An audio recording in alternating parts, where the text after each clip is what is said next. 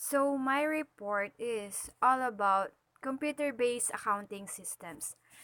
There are two classes of computer-based accounting systems. That is first batch systems, then the real-time systems. Let us first talk about batch systems. A batch is a group of similar transactions that are accumulated over time and then processed together. So in batch systems, when you record transaction, hindi mo siya agad-agad na nire-record. Ina-accumulate mo na yung mga transaction ng isang entity bago mo siya i-process ng minsanan. Next is, there is always a time lag between the point at which an economic event occurs and the point at which it is reflected in the firm's account. So, yung time lag is yung point at which the transactions are reflected in the firm's account. And the amount of lag depends on the frequency of batch processing. So, nakadepende yun sa isang entity. Yung mga iba, pwedeng weekly, monthly, periodically, or kung meron na silang sufficient data na pwedeng i-process. Next is, payroll processing is an example of a typical batch system because at the end of the period, the paychecks for all employees are prepared together as a batch. So, kapag yung payroll pinaprocess, ina-accumulate muna nila lahat yung mga data na galing sa employees bago nila i-process yun together. So, batch processing offers two general advantages. First, organizations improve operational efficiency by grouping together large number of transactions into batches and processing them as a unit of work rather than processing each event separately. So, sa batch processing system, meron daw operational efficiency since minsan lang siyang ipaprocess, hindi sila mag-waste ng time at energy para i-process yung mga na-accumulate nilang transaction data. Then, second is, the batch processing provides control over the transaction process. The accuracy of the process is established by periodically reconciling the batch against the control figure. So, in batch processing system, pwede nilang i-reconcile yung mga transaction data na na-accumulate kung sakaling meron silang discrepancies. Next is the real-time systems. Sa real-time system, pinaprocess yung transactions individually at the moment the economic event occur. So, hindi na nila hihintayin pa yung mga ibang transactions, hindi na nila i-accumulate yung mga ibang transaction bago nila i-process. Ipaprocess nila agad yung transaction kapag nag-occur na agad yon. Have no time lag between the economic event and the processing event. Since nga ipaprocess na agad, hindi ina-accumulate yung mga transaction, wala siyang time lag. So, an example of real-time processing is an airline reservation system which processes requests for services from one traveler at a time while he or she waits.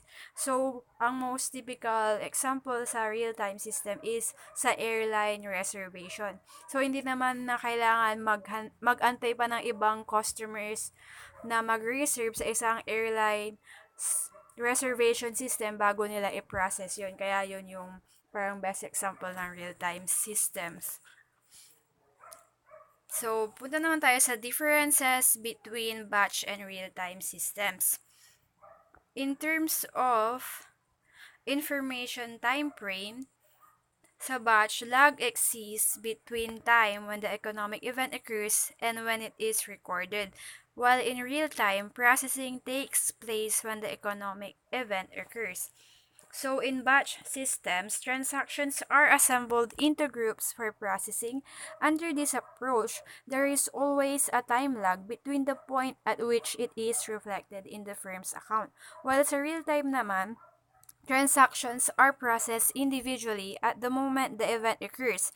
There are no time lags between the occurrence and recording of the transactions.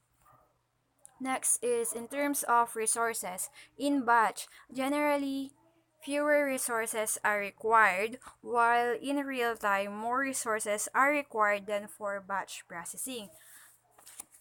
Since sa batch processing system, nagdedemand ng fewer organizational resources than real-time system. For example, sa batch system, it used sequential files stored on magnetic tape. Real-time systems use direct access files that require more expensive storage devices such as magnetic disks. Sa real-time systems, it requires dedicated processing capacity, and it must deal with transactions as they occur. Some types of system must be available 24 hours a day whether they are being used or not. So in real time, the capacity dedicated to such system cannot be used for other purposes. Then, in contrast naman sa batch system, they use computer capacity only when the program is being run. When the batch job completes processing, the freed capacity can be reallocated to other applications. Next is, in terms of operational efficiency naman, in batch, certain records are processed after the event to avoid operational delays, while in real time, all records pertaining to the event are processed immediately. So in batch processing of non-critical accounts, it improves operational efficiency by eliminating unnecessary activities at critical points in the process, while in real-time processing, it handles large volumes of transactions each day, and it can create operational inefficiencies if a single transaction will be multiplied by thousands or hundreds of transactions. So kapag ganun na yung scenario, this may cause significant processing delays. In terms of efficiency versus effectiveness naman ng batch processing system and real-time processing system, the entity must consider the trade-off between efficiency and effectiveness. For example, users of an airline reservation systems cannot wait until 100 passengers can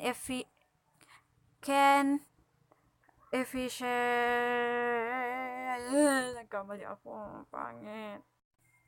So, in terms of efficiency versus effectiveness of the batch processing system and real-time processing system, the entity must consider the trade-off between efficiency and effectiveness. For example, users of an airline reservation system cannot wait until 100 passengers assemble in the travel agent's office before their transactions are processed.